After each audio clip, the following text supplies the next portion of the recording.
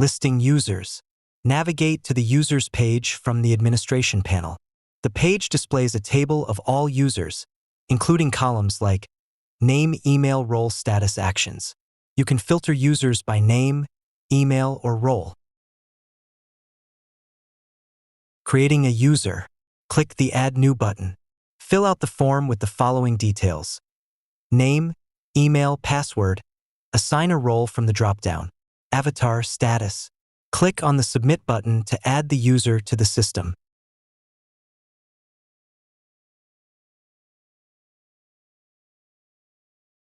Editing a user.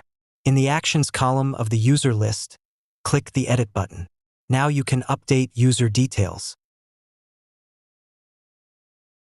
Deleting a user in the Actions column of the user list, click the Delete button.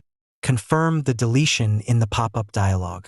Note: deleted users will be moved to the trash list and can be restored if needed. Trash list for users. Access the trash list from the Users page.